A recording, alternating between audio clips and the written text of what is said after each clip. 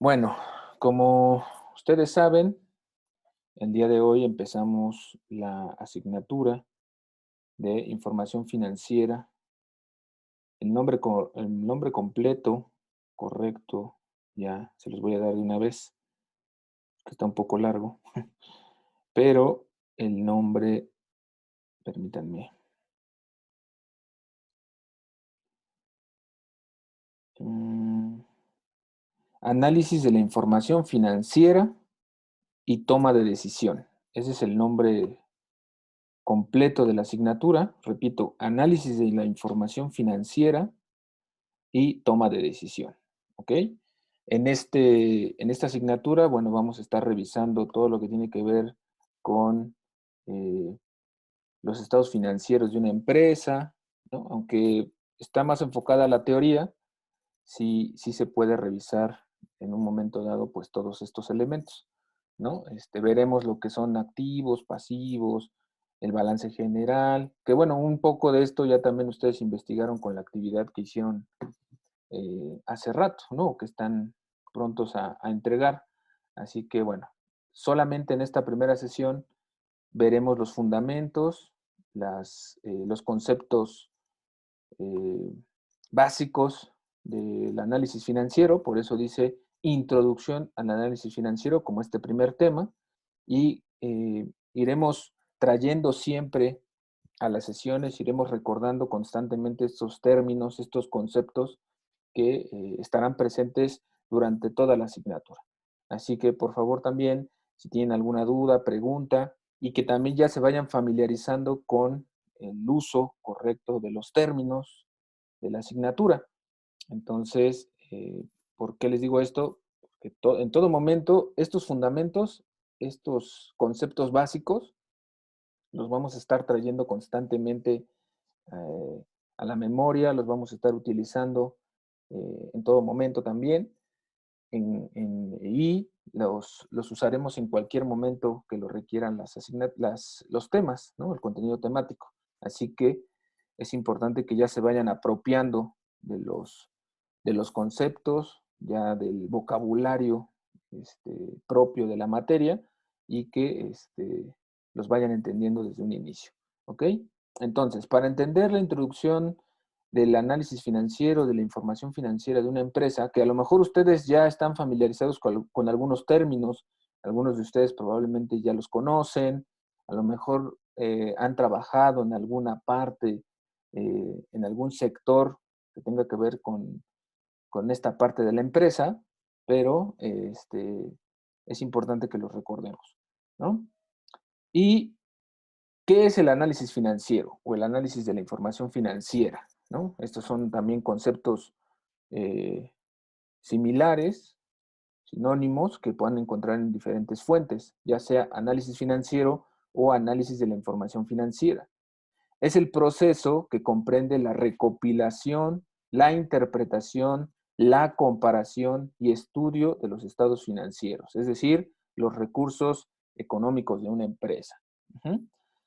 ¿A quién le interesa? ¿A quién le interesa llevar a cabo este análisis financiero en una empresa, en una institución, en un organismo, en un ente? Bueno, pues le interesa básicamente a los inversionistas, ¿no? A los bancos, acreedores, bolsa de valores, aquellas empresas que cotizan en la bolsa de valores. No sé si ustedes ya vieron, o estoy seguro verán el funcionamiento de la bolsa de valores con más detalle, pero aquellas empresas que cotizan en la bolsa de valores también tienen una participación importante en la economía. Los entes reguladores, que bueno, básicamente tiene que ver con el gobierno, ¿no? Y con las obligaciones que adquiere la empresa. La administración tributaria, entre otros, ¿ok? Estos son los fundamentos del análisis financiero, son los principales interesados. Los inversionistas, bueno, pues son aquellos que ponen a su disposición su capital, veremos también otro concepto muy común que es el capital, para poder llevar a cabo el funcionamiento de la empresa o de una institución. Y para poder llevar a cabo ese análisis de la información financiera, digamos que se utilizan dos triángulos básicos, ¿no? Para poder interpretar y comparar esa información que ya dijimos. Primero, el triángulo del análisis. Este triángulo del análisis, que lo pueden ver aquí, es, digamos, esta primera dimensión del análisis financiero, tiene que ver con el análisis del entorno, el análisis de la institución y el análisis del sector, ¿no? Este triángulo de tres elementos, obviamente, valga la expresión, tiene que ver con este conocimiento, primero, de la institución, ¿no? En qué condiciones económicas está la institución, cuáles son sus activos, sus pasivos, que ya más adelante lo vamos a ver y que ustedes ya pudieron un poco adentrarse en estos términos de activos y pasivos, ¿no? Si tiene la liquidez para pagar sus deudas, si tiene que contraer deudas, cómo paga todo lo que tiene que pagar en cuestiones de impuestos, en cuestiones de préstamos, en cuestiones de gastos, ¿no? Si realmente puede cumplir con sus compromisos económicos. El análisis del entorno, bueno, pues tiene que ver con el contexto en el que está, ¿no? Un poco también, si lo ligamos a la teoría de sistemas, pues entender cómo es que esta institución, desde el punto de vista económico, se entiende en virtud del entorno económico, en este caso, por ejemplo, del país, ¿no? Siempre hemos tomado de referencia el tema de la pandemia, que, bueno, pues es un tema ahorita que no podemos dejar de lado, porque abarca todas las dimensiones política, social, económica, cultural, ¿no? Y entonces se tiene que hacer este análisis en referencia del contexto, de la institución y del sector. El sector se refiere a este entorno en el que se mueve la empresa, a qué se dedica, cuál es su giro, ¿no? Este es un término también que tiene que ver con lo empresarial. Su giro es a lo que se dedica, ¿no? Si es de transporte, si es de alimentación, si es de renta de servicios, ¿no? Entonces, este primer triángulo de análisis tiene que ver con entender las condiciones económicas tanto de la institución como del contexto en el que está, eh, en ese contexto histórico-social en el que está inmerso y en el análisis del sector, cómo es que se mueve durante todo ese tiempo que está funcionando de acuerdo al giro que hace, ¿no? A lo que se dedica. Para después pasar a un segundo triángulo de análisis, que es el triángulo de las decisiones. Aquí, en este triángulo de las decisiones, se puede ver que la empresa tiene una estrategia genérica, ¿no? Esto también un poco con el proceso administrativo, con el tema de la planeación, organización, control y todo lo que tiene que ver con los recursos, ¿no? Aunque ahorita estamos hablando particularmente de los recursos económicos, de los recursos financieros de la empresa. También tiene una estrategia específica, es decir, la empresa, aparte de tener una planeación general, un panorama amplio de todo su contexto, pues también tiene estas particularidades en la visión del actuar de sus recursos, la utilización de los recursos, etcétera. Y también en este sentido de las decisiones tiene que ver las propuestas de inversión, es decir, que se tome decisiones en virtud de quién está invirtiendo, cómo se está invirtiendo, tanto el capital, ¿no?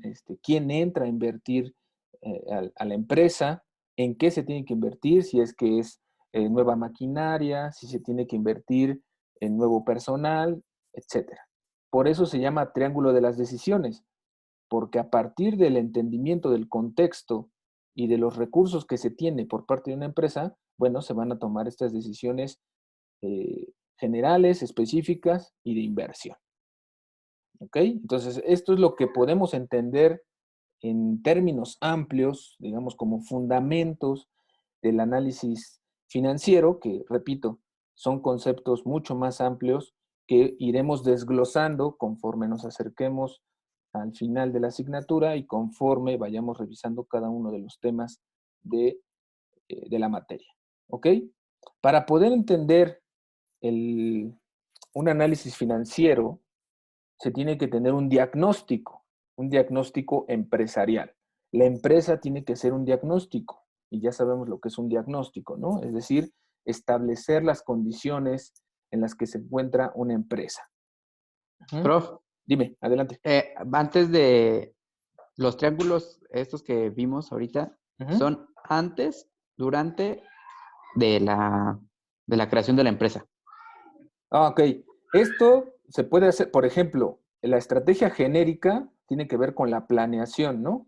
Desde que tú fundas tu empresa, desde que tú estableces lo que vas a hacer. Estos conceptos básicos se pueden analizar desde antes de la creación, durante la creación y posterior a la creación, ¿no? Digamos que estos fundamentos solamente es para que vayamos adentrándonos en el contenido temático, pero ya conforme vayamos avanzando, Jorge, veremos, por ejemplo, la planeación estratégica o la estrategia genérica tiene que ver desde la planeación de la empresa, ¿no? Desde que se funda. ¿Cuál es su, eh, cuál es su actuar? ¿Cómo es que va a organizar sus recursos, etcétera, ¿no? Aunque el triángulo de análisis ya se hace una vez fundada la empresa, durante la empresa, ¿no? Y el triángulo de las decisiones se hace de igual forma ya una vez establecida la empresa, porque se toma decisiones en virtud de eso. Aunque, repito, hay algunos de estos elementos que se pueden identificar previos a la fundación de la empresa o al inicio de la fundación de la empresa, que es, por ejemplo, la estrategia genérica o el análisis del entorno. También antes de crear una empresa, pues tienes que identificar en qué condiciones económicas se encuentra, por ejemplo, el país o cómo está el sector al que tú te vas a dedicar, etcétera, ¿no? También podemos hacer esto previo a la, digamos, a la creación de la empresa, ¿no? Aunque básicamente es durante o ya hecha la empresa, ya durante, como proceso, vamos, ya de la empresa misma. ¿Me explico? Sí, prof. Sí, sí, sí. ¿Sí? ¿Alguna otra duda? ¿Pregunta? No, todo bien, todo bien. Ok, perfecto. Cualquier duda o pregunta me la pueden decir, ¿vale? Pero, insisto, ahorita solamente son los fundamentos. Van a ver que nos vamos a regresar a varios de ellos, ya conforme avancemos en las sesiones, van a ver que vamos a recordar, les voy a decir, ¿se acuerdan cuando vimos esto de la estrategia genérica? Ah, bueno, se relaciona con esto, etcétera, ¿no? Pero bueno, cualquier duda, me lo hacen saber, por favor. Entonces, para entender cómo es que va a actuar la empresa, tenemos que hacer un diagnóstico empresarial, ¿no? ¿Cuáles son las razones de la creación de la empresa? ¿Cuáles son las fuentes, sus recursos, el uso de sus recursos? Ujú. Entender el entorno, la industria, la empresa, lo que decíamos con este análisis previo, ¿no? Tú también antes de crear una empresa, pues tienes que ver, a ver, yo quiero poner un restaurante, pero realmente, como se dice en términos generales, ¿no? ¿Realmente es un negocio? ¿Cómo están los restaurantes? ¿Dónde lo quiero poner? Haces un diagnóstico previo, ¿no? ¿Cuánto tengo? ¿Cuánto me cuesta sacar un permiso para un restaurante? ¿Cómo está el sector de la comida o de los alimentos, de la venta de alimentos en este momento, pensando en la pandemia, ¿no? Todo eso se tiene que pensar en el diagnóstico empresarial. ¿Para qué? Para que se hagan unas proyecciones. Estas proyecciones se hacen pensando, por supuesto, que vas a cumplir con tus objetivos organizacionales, vas a hacer un buen uso de los recursos, ¿no? Hiciste una planeación estratégica importante, basada en una buena propuesta de inversión, una estrategia específica de acuerdo al uso de los recursos, ¿no? Y vas a, por supuesto, esperar que sea un proyecto exitoso, una empresa exitosa, ¿no? Y con base en esa proyección, una proyección, pues es a futuro, ¿no? Por supuesto, no podemos saber qué es lo que va a ocurrir en un año, en 2 años, no sabemos si viene, ya escucharon por ahí que viene la tercera ola de contagios de coronavirus. Las empresas ya tienen que estar haciendo este diagnóstico. ¿Qué vamos a hacer? ¿Cómo nos fue con la primera ola? ¿Cómo estamos ahorita saliendo de la segunda ola? ¿Y qué va a pasar con la tercera ola? ¿Con qué recursos nos quedamos? ¿Cómo fue esta estrategia específica que tomamos en virtud de esta contingencia? ¿No? Si hay propuestas de inversión, etcétera. ¿Ok? Y si no, bueno, con base en esas proyecciones, se puede seguir con la misma estrategia o se pueden hacer acciones correctivas, ¿no? Insisto, repito con lo de la pandemia porque no, es el contexto en el que estamos, ¿no? Todas las empresas, todas las instituciones tienen que estar haciendo un diagnóstico ya de esta posibilidad de lo que viene en la posible oleada, esta tercera oleada del coronavirus, que digo, ojalá sea en menos de lo que se estima, pero sí es algo fuerte, sí es algo viable, ¿no? Ya hay otra vez, no sé si ya vieron, la Ciudad de México y el Estado de México regresaron a semáforo amarillo y pues se tiene que hacer este análisis empresarial y en virtud de eso también ver cómo es tu análisis financiero al final del ejercicio. Este es otro término financiero, ¿no? El ejercicio fiscal o el ejercicio del el ejercicio financiero de la empresa. Regularmente se hace al año, porque pues es el año fiscal en cuanto a las contribuciones que se tiene que hacer por parte de la empresa, ¿no? Y lo que se tiene que rendir cuentas frente a las instituciones como la Secretaría de Hacienda, ¿ok? Y para entender los estados financieros tenemos conceptos muy básicos, ¿no? Como los activos y los pasivos. Ustedes ya empezaron a adentrarse o a conocer un poco estos conceptos cuando hicieron la actividad, ¿no? Los activos, básicamente, pues es lo que tiene la empresa, es ese dinero, ese capital o ese patrimonio del cual la empresa puede hacer uso para hacer sus actividades, ¿no?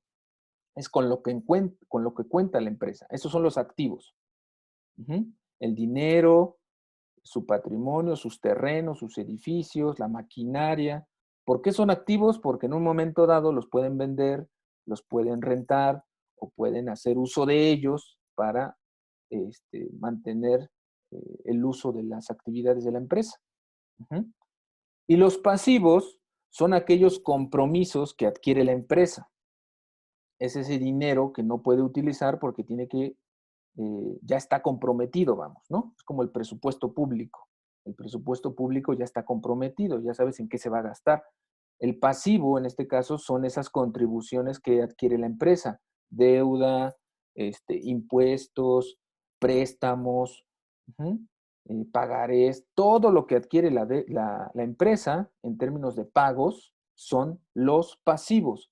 Pero insisto, estos conceptos los vamos a ir desglosando más adelante y veremos también ya a detalle un activo, un pasivo, el patrimonio, etcétera. Pero eso es fundamentalmente lo que es un activo y un pasivo. Estoy seguro que algunos de ustedes han escuchado hablar de estos términos en sus negocios, en sus empresas, los lugares donde trabajan, ¿no? ¿Qué activos tienen, qué pasivos, con qué pasivos cuentan, etcétera? Cuentas por Sí. pagar, etcétera, ¿no? Ya han escuchado de esos términos, ¿correcto? Sí, en mi trabajo, por ejemplo, el departamento que tengo, como que tengo yo mis activos que me piden inventarios como de mantenerlos. O sea, Exacto. mantener esos activos para que no se desgasten y si se desgastan hacer la inversión sobre el mismo. Exacto, porque esos activos son, son los que permiten el funcionamiento de tu área, digámoslo así, ¿no? Sí, exacto. Exacto. Muy bien. Les digo, son términos que ustedes ya conocen y yo creo que también eso permitirá fluir mucho más fácil el contenido temático, aunque, bueno, lo ampliaremos por supuesto, ¿no? Porque esto es básicamente la teoría y qué bueno que ustedes ya tienen parte de la práctica en ese sentido, ¿no? También en los estados financieros se revisa el estado de resultados al final del cierre del ejercicio financiero de la empresa, ¿no? En donde se pueden ver las ventas, los costos de las ventas, los gastos de venta y administrativos, la utilidad operativa, los gastos financieros, toda la utilización de los recursos de la empresa se van a ver al final reflejados en el estado de resultados, ¿no? Se hace un ejercicio financiero, ¿no? Se hace, por supuesto, con la ayuda de expertos que son los contadores, pues todas las empresas tienen contadores, ¿no? Sin embargo, bueno, ustedes como administrativos, pues tienen que estar enterados de todas estas situaciones eh, de lo económico, ¿no? Del uso de los recursos. y que al final de cada cierre de año financiero o de ejercicio fiscal, como se le llama también en términos administrativos, pues se puede revisar las condiciones de la empresa de acuerdo a sus recursos al final de ese año, ¿no? Y hay dos tipos de análisis financiero, que igual lo desglosaremos más adelante, pero ahorita tienen que saber cuáles son estos dos análisis, el análisis vertical y el análisis horizontal. El análisis vertical, pues es estático, ¿no? Solamente estudia una situación financiera en un determinado tiempo, por eso es estático, no permite, digamos, esta variable de tiempo, de situación financiera, etcétera, ¿no? No considera los cambios que han ocurrido a través del tiempo, lo que les digo, y se toma de referencia una frase, o perdón, una cifra base, ¿no? Es decir, el análisis vertical va enfocado a un tema muy particular de lo financiero, ¿no? Solamente me vas a analizar esta parte y hasta ahí. En cambio, el análisis horizontal es un análisis dinámico que permite la variación de cuentas, el por qué hay esa variación de cuentas, y puede haber dos tipos de ejercicios mínimos, la variación relativa y la relación absoluta, en virtud de cómo están cambiando las condiciones de la empresa en términos financieros. Ajá. Entonces, básicamente son estos dos análisis que iremos desglosando más a detalle. Y tenemos que tener en cuenta también indicadores financieros. Algunos de estos indicadores financieros son la liquidez, la actividad, el endeudamiento y la rentabilidad, ¿no? La liquidez, pues es esa capacidad que tiene la empresa para cubrir sus gastos, para pagar sus compromisos a corto, mediano, largo plazo. Si tiene esa liquidez, se refiere a esa capacidad económica para continuar con sus actividades, ¿no? Como se dice también en términos económicos, si no está en números rojos o en números verdes, ¿no? Es decir, que sí pueda tener esa capacidad de dinero, de capital, para continuar con sus actividades y cubrir las responsabilidades que ya adquirió. Su actividad, por supuesto, tiene que ver a lo que se dedica, cuál es el giro, ese análisis del entorno que hizo, del sector que hizo, si tiene que ver con la rentabilidad, si realmente la empresa es rentable, si realmente está produciendo, si realmente no está perdiendo en términos económicos, ¿no? Y el endeudamiento, ¿qué tanta capacidad de endeudamiento tiene la empresa? Si en todo momento la empresa se está endeudando para continuar con sus actividades, quiere decir que no está teniendo una buena rentabilidad y a la larga va a tener una liquidez eh, mínima o ya no va a tener liquidez, a lo que se le llama bancarrota, ¿no? Que también es otro elemento que veremos en cuanto a los equilibrios financieros, ¿no? Que ya lo máximo el panorama más negativo de una empresa, pues es la bancarrota. Ya no hay liquidez, endeudamiento, ya no es rentable, ¿no? Ya no se puede mantener con la actividad. Prof, Entonces, y por ejemplo ahí del activo, ¿qué?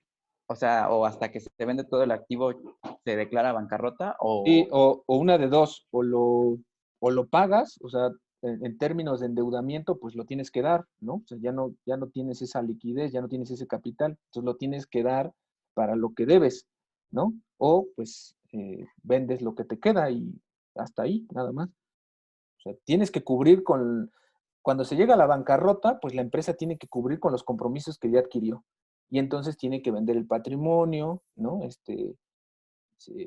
Hay un embargo, inclusive, ya en términos extremos, llegan los embargos, les quitan el patrimonio y pues todo lo que tienen de capital, aunque pensemos que si llegan a bancarrota, pues qué activos podrían tener, en realidad ya no tendrían liquidez y tendrían que tener esta capacidad de endeudamiento mucho mayor, ¿no? prof, y por Pero, ejemplo, se ha visto, por ejemplo, ahorita en la pandemia que muchas empresas quebraron, ¿no? Que se fueron a bancarrota. En exacto. este caso, ¿los empleados tal cual se van sin nada? O sea, Sí, ahí sí, es como... muchas veces sí ocurre eso, ¿no? Pero por supuesto están en los términos legales. Tú puedes ir y tienes todo el derecho, por supuesto como trabajador, ¿no? de que la empresa te liquide, ¿no? En este sentido. Entonces, la empresa tendría que determinar las condiciones en las que tendría que pagar o no. Pero muchas empresas son como mañosas en ese sentido, digamos, ¿no? Porque se declaran en bancarrota, no tienen liquidez para poder pagar lo que deben, ¿no? Y entonces por eso muchos empresarios pues, van a la cárcel y pues lamentablemente pues muchos trabajadores se quedan no solamente sin trabajo, ¿no? Sino sin tener al final su dinero, que es su derecho, ¿no? Pero eso ya va en virtud de lo legal. Tú como trabajador, pues tienes todo el derecho de decir, oye, pues la empresa me debe esto y tiene que pagarme, ¿no? Eso ya es en términos legales, vamos, ¿no? Pero lamentablemente ocurre eso y pues muchas empresas se declaran en bancarrota precisamente para tratar de rescatar lo poco que les queda en cuanto al patrimonio personal de los jefes, digamos, ¿no? O de los dueños. Aunque en una resolución judicial puede ser que le digan, no, ¿sabes qué? Este, le debes aquí a los empleados, pues págale, ¿no? Vende tus terrenos, vende tus carros y págales a los empleados. Eso tiene que ver con una resolución judicial, ¿no?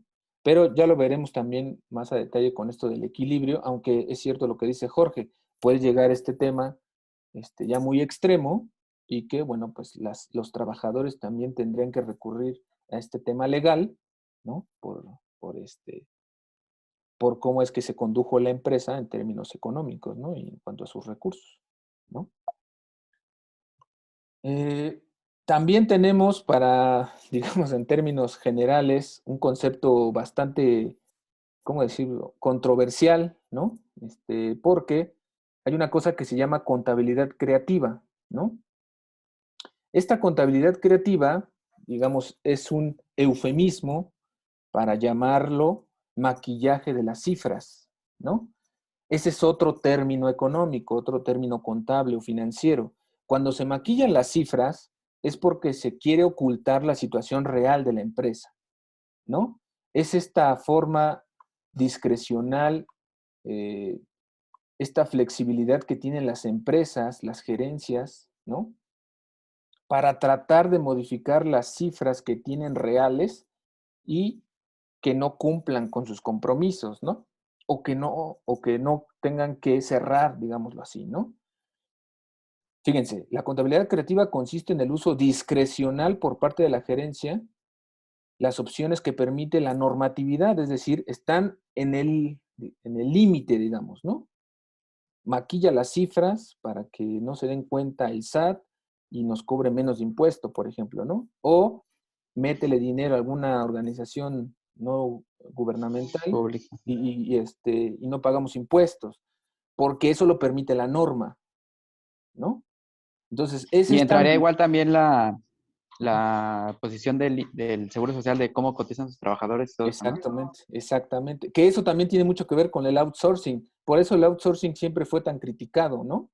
Que por cierto, pues ya la ley que entró en vigor en México ya prohíbe el outsourcing, porque es cierto lo que dices, muchas empresas no cotizaban en el seguro de acuerdo a lo que le decían a los empleados, porque a los empleados les decían, mira, yo te pago por fuera, pero le cotizo al seguro un salario diferente y ahí salía ganando la empresa, ¿no? Y tiene que ver también con el outsourcing, porque el outsourcing pues es la subcontratación de los trabajadores, ¿no? Y la empresa se desliga de todo. Yo no te tengo que pagar nada, y pues yo no tengo por qué indemnizarte si te vas, si no cumples con el trabajo, etcétera, ¿no? Entonces tiene que ver con el maquillaje de esto que estamos diciendo, ¿no? Así se le llama. Por eso les digo que la contabilidad creativa es un eufemismo para llamar maquillaje, ¿no? Es esta imagen de la empresa de maquillar el patrimonio, de maquillar sus cifras, de maquillar la plusvalía, de maquillar las prestaciones de ley, ¿no? Fíjense, la alteración real del patrimonio no forma parte de la contabilidad creativa. En adelante denominaremos manipulación real a este tipo de estrategias. Es decir, la manipulación contable, creativa, perdón, la contabilidad creativa y el maquillaje están en el límite, digamos, de la ilegalidad, ¿no? A mí me permiten hacer cierto tipo de maquillaje en las cifras porque así lo dice la norma, por eso dice la flexibilidad de la norma. Ah, pues yo llegué a un acuerdo con los trabajadores, por ejemplo, el ejemplo que dice Jorge, ¿no? Pues yo quedé con ellos, o sea, yo les doy por fuera y no hay tanto problema. Yo te estoy cotizando a ti, a mí la norma me dice que te tengo que dar cuentas, ¿no? Pues ahí está, a menos que los trabajadores, bueno, manifiesten esta forma ilegal, ¿no? Oportunista, en realidad, como dice aquí el término, es una práctica oportunista, en donde las empresas pues salen ganando, aprovechan esta situación de maquillar las cifras de la empresa, ¿no? Sus activos, su liquidez, el tema de los trabajadores, ¿no? Por eso es muy criticado, insisto, este tema del outsourcing, porque las empresas se lavaban las manos de las prestaciones con los trabajadores, ¿no? No sé si ustedes nunca trabajaron, ojalá nunca hayan trabajado por medio del outsourcing, pero pues es horrible porque nunca te dan la cara. Yo tuve amigos que trabajaban con outsourcing y pues estaban desesperados porque pues tampoco les pagaban luego cuando les tenían que pagar. Su contrato decía una cifra y les daban otra. Y bueno, pues también tiene que ver con temas de necesidad, ¿no? Ya después, bueno, pues en ese momento pues aceptan lamentablemente por necesidad, pero ya después empiezan a renunciar y se dan cuenta de las condiciones y bla, bla, ¿no? Pero es una práctica muy oportunista por parte de las empresas y que también, bueno, iremos detallando un poco sobre cómo se maquillan estos, ahora digo, me da risa porque eh, me recuerda mucho, ahora que estaba revisando los materiales para la asignatura, este, me recuerda mucho en una novela que hablaban mucho de los maquillajes, de los balances generales y no sé qué tanta cosa, ¿no? Una novela ahí colombiana muy famosa, donde en todo momento se hablaba de maquillajes, ¿no? Que una empresa compró a otra por medio de préstamos y un embargo ficticio y bla, bla, bla, ¿no? Pero bueno, muchas veces la ficción, la realidad, más bien, la mayoría de las veces la realidad supera la ficción, así que este, me acuerdo mucho de esa empresa, perdón, de ese programa, de esa novela colombiana. Este, pero es real, ocurre.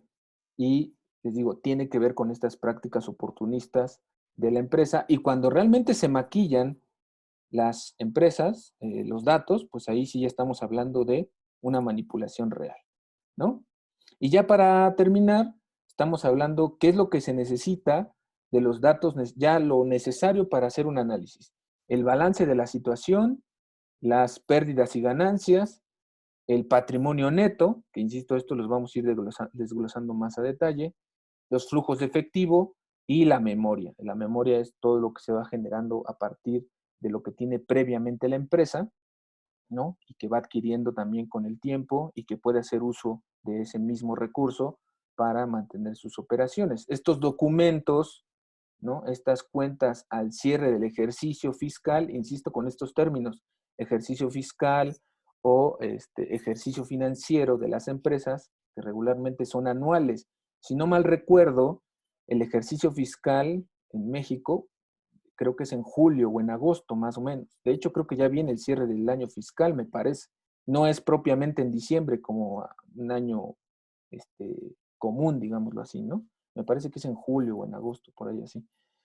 Pero bueno, no sé si tengan alguna duda, pregunta, ya iremos desglosando con más detalle estos términos, pero esto es lo fundamental, los conceptos básicos que iremos revisando en esta asignatura. ¿Dudas? ¿Preguntas?